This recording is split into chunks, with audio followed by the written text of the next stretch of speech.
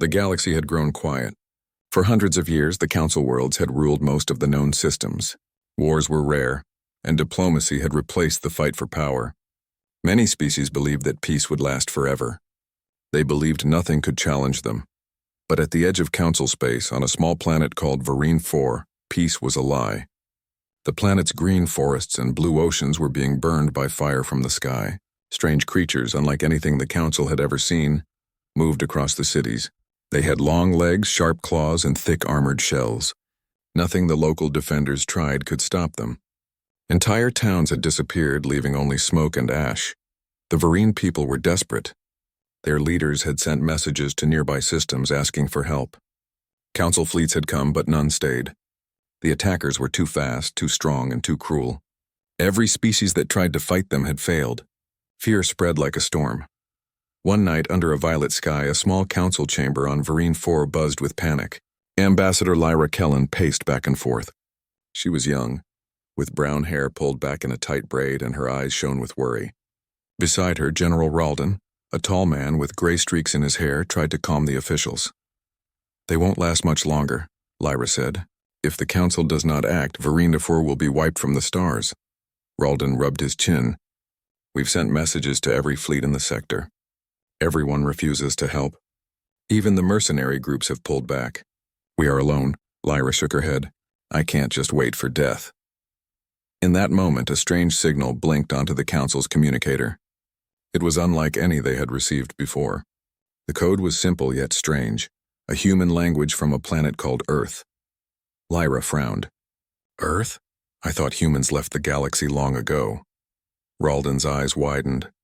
They were considered primitive once. Deathworlders, they called them. No one thought they would still exist, let alone answer a distress call. The signal repeated, faster this time, showing images of a small but organized fleet of ships moving through space. Each vessel was tough, designed for harsh conditions with weapons that could destroy entire enemy formations. The human's message was clear and simple. "We have received your signal. Help is on the way." The chamber fell silent. None of the Vereen officials had seen such a thing. No one had expected this. Lyra stepped forward. "Do you understand what this means, General?" Ralden's voice was low. "It means hope, but it also means danger. Humans, Deathworlders, are not gentle. They are not like us. They fight like storms. They survive where others die, and they do not care about politics or pleas. They only care about the fight." Outside the council chamber, the wind howled over the forests. Somewhere beyond the horizon, fires from the invaders were still burning. Children huddled in shelters, and parents prayed quietly. The Vereen soldiers, tired and hungry, kept watch at checkpoints, hoping reinforcements might arrive. Across the galaxy, on the human homeworld Earth, Commander Ethan Cole sat in his office looking at the same signal. He was not a young man, but his posture was strong and his eyes were sharp. The message from Vereen 4 showed a world in flames, a civilization on the edge of collapse and people begging for help. Ethan had grown up on a planet filled with danger. Earth had been called a death world for a reason. Its storms could tear down buildings, its wildlife could kill in seconds, and its terrain tested every human who dared to survive. But those challenges had made humans strong, clever, and fearless. They had learned to fight, to adapt, and to never give up. He leaned back in his chair and spoke calmly to his deputy, Lieutenant Claire Morgan. "They need us. Prepare the fleet. We leave in 12 hours. Claire, a woman with short black hair and a steady gaze, nodded. "Commander, the Council will not like this. They never trusted us. Many believe we are reckless, unpredictable." Ethan smiled faintly. "Let them think what they want. Farine Ivy is dying. If we do nothing, nothing will stop the Cathar next. And if we wait for permission, it will be too late." The human fleet began moving. Ships of all sizes left Earth's orbit, engines blazing with power. They traveled through wormholes past empty stars and across the black expanse of space. Humans did not hurry. They moved with purpose. Every crew member knew their role. Every captain understood the stakes. Meanwhile, back on Vereen 4, the first signs of hope appeared. Scouts reported strange shapes in the distance, bright and fast, moving closer to the planet. The alien defenders stared in disbelief as human ships appeared in orbit, unlike anything they had seen. The humans did not land immediately. They prepared. Pods were loaded, weapons checked, strategies shared. But even from orbit, the Varine people could sense their presence. The humans radiated confidence, strength, and determination. A young Varine soldier, Jalen, whispered to his companion, Are they really going to help us? His friend Mira shook her head, her eyes wide. I don't know. They look different, fierce. On the surface of the planet, the Cathar attackers continued their assault, breaking through walls and crushing villages. They had no fear of the Varine soldiers, but they had never seen what was coming. Their senses did not detect the human fleet's quiet approach, and their instincts did not warn them of the storm about to hit. From the human ships, Commander Ethan Cole addressed his captains through the fleet network. His voice was calm, measured, but carried the weight of command. Prepare to deploy. Our mission is simple. We protect the people. We fight the Cathar. We do not negotiate. Their enemy is fear, and we will replace it with action. Move with precision. Strike with strength. Protect each other, and no one will fall alone. In the cities of Varine IV, people paused as distant explosions shook the ground. From the skies, they saw the first pods descending. They were like silver arrows falling through the clouds, landing with controlled power. Out of the pods emerged humans in armor, carrying weapons unfamiliar to the Varine. Their movements were confident, coordinated, and unafraid. Jalen and Mira stood frozen as one of the human soldiers approached. He was tall, with short brown hair and green eyes. He did not smile, but there was calm in his gaze. Stay behind us, the human said. We know what we are doing. You survive, we fight. For the first time in weeks, Jalen felt a spark of hope. Mira tightened her grip on her rifle. Can they really fight them? She asked softly. The human did not answer with words. He simply nodded toward the advancing Cathar. Then, with a shout that echoed across the ruined streets, he charged. The others followed. Humans fell into formation like a single living organism. They ran into the fire and chaos, dodging plasma blasts, countering attacks, and advancing relentlessly. The Cathar, used to opponents fleeing, paused. They had never seen creatures fight like this. In orbit, Ethan Cole watched the planet below. He was calm, as always, but he understood the danger. This was only the beginning. Varine IV was the first test, not the last. Lyra Kellen, observing from the council chamber, could hardly believe her eyes. The humans were not just soldiers, they were survivors, hunters, and warriors. They moved with precision, and their presence alone changed the morale of her people. They are different, she whispered to General Ralden. Stronger than we imagined. Ralden nodded. And we are lucky they came. If humans decide a world is worth saving, they do not fail. As the first battle began, the skies of Varine IV lit up with fire and steel. The humans advanced without hesitation, and for the first time the Varine people felt that perhaps they might survive. But the Cathar were many, and the humans were few. The fight would be brutal. It would be dangerous. And it would demand every ounce of courage, skill, and cunning from those who dared stand in the face of death. Yet for the humans, danger was not something to fear. It was something to overcome. They had come from a world where death was a teacher, and survival was the only reward. And now that same determination would meet the fires of Varine IV. The galaxy had not seen anything like it before. The Cathar did not know who had come. The human fleet had entered orbit around Varine IV, and the first glimmer of hope had reached the planet's defenders. The Varine soldiers looked up at the sky with wide eyes, trying to make sense of the strange ships. They had never seen vessels built for both speed and endurance, with hulls that could shrug off energy blasts that would destroy anything else. Captain Nora Pierce stood on the bridge of the Resolute, Earth's lead ship in the fleet. She was tall and strong, with short dark hair and piercing blue eyes. Every command she gave was clear and precise. Her voice carried authority, yet it was calm, never rushed. Around her, the crew moved with practiced efficiency. Prepare drop pods for deployment, she said. We land in the city's eastern sector. There are civilians trapped there. We move fast, strike hard, and hold the line. Her second-in-command, Lieutenant Jason Harper, nodded. He was a young man with a lean frame and a steady hand. Captain, sensors show Cathar forces are moving into the city center. They are heavily armed, but slower than us. Should we coordinate with Varine ground units? Nora's lips pressed into a thin line. No, we go in first. Varine soldiers will follow once the immediate threat is reduced.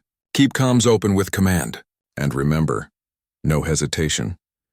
On the ground in the eastern city, the Varine soldiers were holding back the enemy as best they could. Lieutenant Mira Voss, a young officer, had lost 2 squads already. Her uniform was scorched, her rifle jammed, but her determination remained. "Stay close," she shouted to her remaining soldiers. "We can't let them break through." Just as she spoke, a bright streak cut across the sky. The sound of the drop pods hitting the city shook the ground. Dust and debris rose into the air, and for a moment, everything seemed frozen. The Varine soldiers stared in disbelief. The humans had arrived. The pods opened and humans poured out. They moved with confidence, almost like they were born for battle. Each step was calculated, each shot precise. They did not hesitate, they did not falter, and they did not retreat. Private Daniel Ross, a human soldier, ran forward, leading his squad into the fray. His face was smeared with dirt and sweat, but his eyes burned with focus. He did not speak much, but every action he took communicated strength and determination.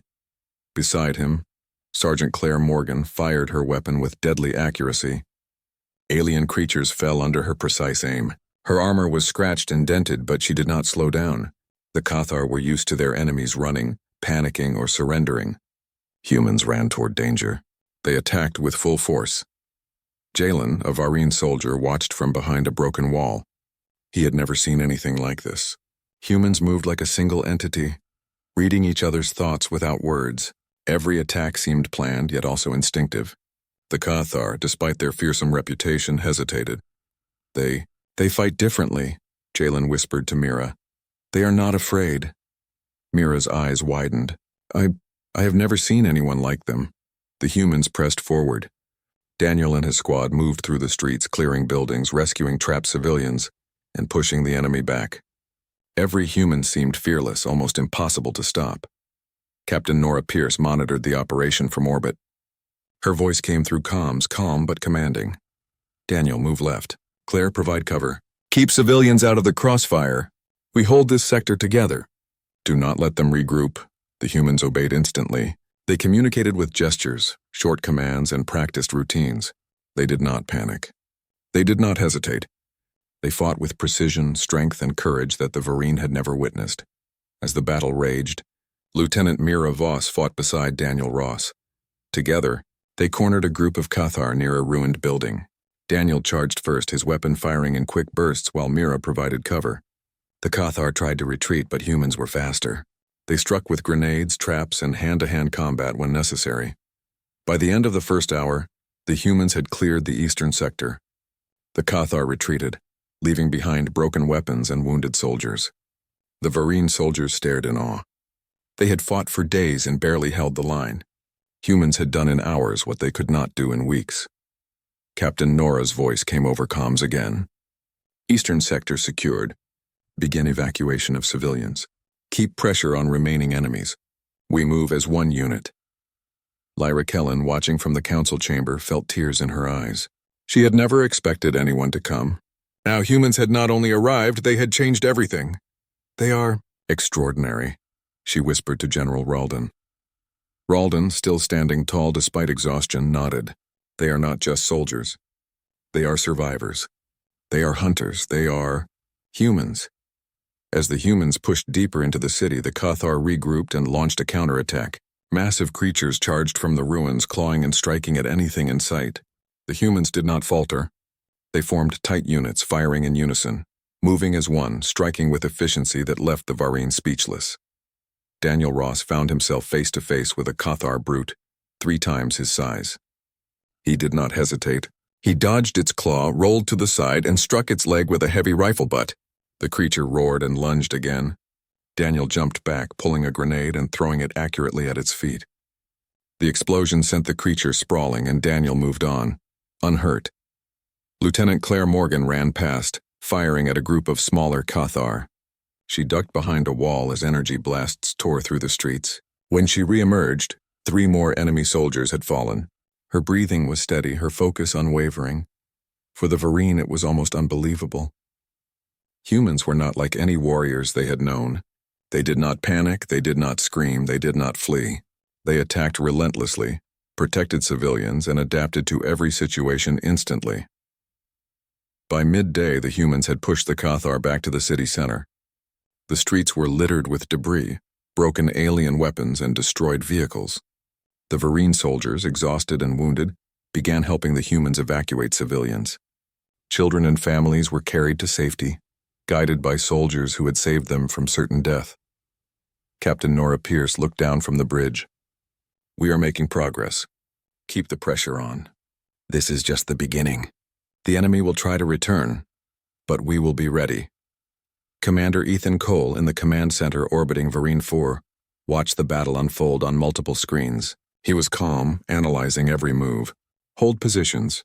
Protect civilians. Minimize losses. The Cathar are dangerous, but we know their patterns now. Adapt, strike, survive. Hours passed. Humans and Varine soldiers worked side by side, clearing streets, securing buildings, and pushing the enemy back. Every building retaken became a small victory. Every civilian rescued became hope for the future. By nightfall, the humans had controlled the eastern sector completely. The Cathar had withdrawn to the city center, regrouping for a final push. The streets were scarred, buildings burned, but survivors were alive. For the first time, Varine 4's people believed they could survive. Lieutenant Mira Voss stood on a rooftop, looking at Daniel Ross and his squad. They were dirty, tired, and battered, but their eyes shone with determination. "They are incredible," she said softly. Daniel looked back at her, nodding once. No words were needed. They had saved lives, defended the city, and shown what humans were capable of. Captain Nora Pierce contacted the Varine Council. "Eastern sector secured. We are ready to move to the next area. Tell your people to hold fast. Reinforcements are here." Lyra Kellen felt a mixture of relief and awe. "I don't understand how they do it," she said. "They are not like any warriors we know." Ralden put a hand on her shoulder. "No, Lyra, they are Deathworlders. They survive where others die. They fight where others flee. They are humanity at its strongest." As the night fell over Varine 4, the humans set up temporary command posts, treated wounded civilians, and prepared for the next day. The Cathar still controlled the city center, but the tide had turned, and for the first time in weeks, the people of Varine 4 slept without fear. They knew that humans were with them. They knew that the Deathworlders had arrived. The galaxy had not seen anything like this before. The Cathar did not know what they were facing, and the humans were just beginning their fight.